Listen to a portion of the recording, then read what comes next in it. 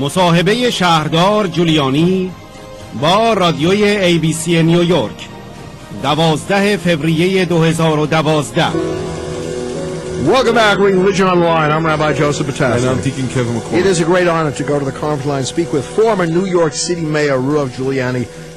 رادیو ABC نیویورک پس از برگزاری کنفرانس مقاومت ایران در نیویورک با رودی جولیانی که یکی از سخنرانان این کنفرانس بود مصاحبه‌ای ترتیب داد و از او خواست در مورد مجاهدین خلق و وضعیت در اشرف توضیح دهد. رودی جولیانی درباره مجاهدان اشرف گفت: These are Iranians. They belong to a group, the MEK, that way back opposed the Shah, and it was instrumental in overthrowing. And then when the government turned excessively religious, zealously religious, they turned on the government, or maybe the government turned on them and started killing their people. That started in about 1981. So that was 2 years after the revolution began. And so far documented, the Ayatollahs, mullahs, various versions of that theocracy have killed over 120,000 of their people. I have a book in my house of 10,000 pictures of people who were killed. These include doctors, teachers, to just, regular ordinary people. And they began a resistance movement. The resistance movement became the biggest during the Iraq-Iran war.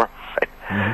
And so when that war was over, a lot of them couldn't return to Iran, so they were put in a camp called Camp Ashraf, which is in northern Iraq, not far from the Iranian border. And some of these people have been there 25 years, and it's a home, it's a city, it's not a camp. I mean, over the years, they developed their own schools, they developed their own sports facilities. If you go there, you feel like you're in actually a pretty nice city. They gave up all their guns, they turned in their guns, they signed a compact with the American government that they would never use force. And in return for that, the American government promised them protection against Iraq, because the Shiite element in Iraq hates them. The Shiite element in Iraq is allied in large part with Iran, and Iran wants them destroyed because they see them as a threat to the regime. And then in 2008, we turned the camp over to the Iraqis. Since 2008, there have been 2 raids on the camp conducted by Maliki. All told, he's killed 47 people, injured 1,000. Just slaughtered them.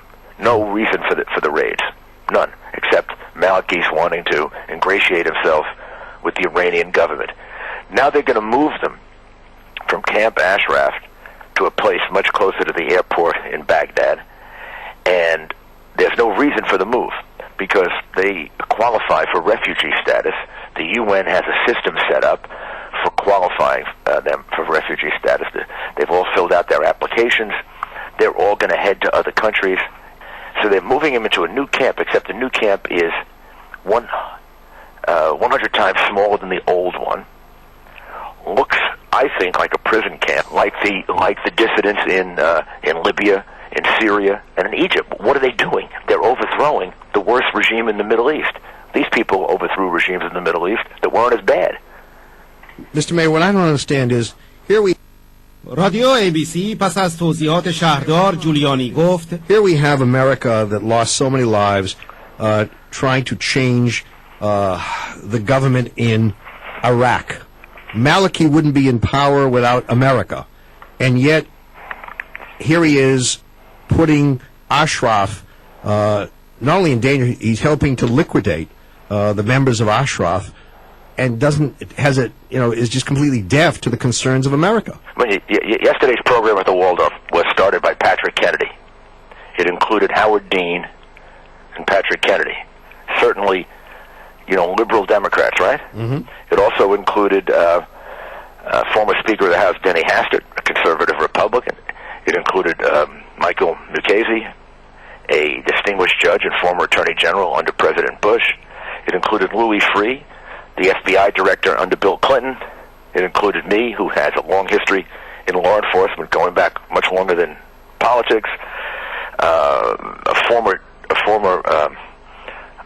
chief of the military, General Shelton. The guy who was the commander of this base, Camp Ashraf. Here's what every single one of them said. All of them have studied this group. This group's not a terrorist group. Louis Freeh who was there at the time that they were designated a terrorist group, says it was only done for political purposes. It was done because the Clinton administration thought they had a breakthrough with Iran. There was a more moderate government. Rafsanjani took over in Iran, and they were kind of sucking up to Iran.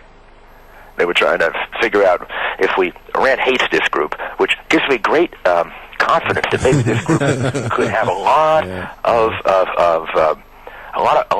success inside Iran, undercutting them, because they are obsessive about getting people to list them as terrorists. Now, Europe has delisted them. The European Union had a formal proceeding, said no longer a terrorist group.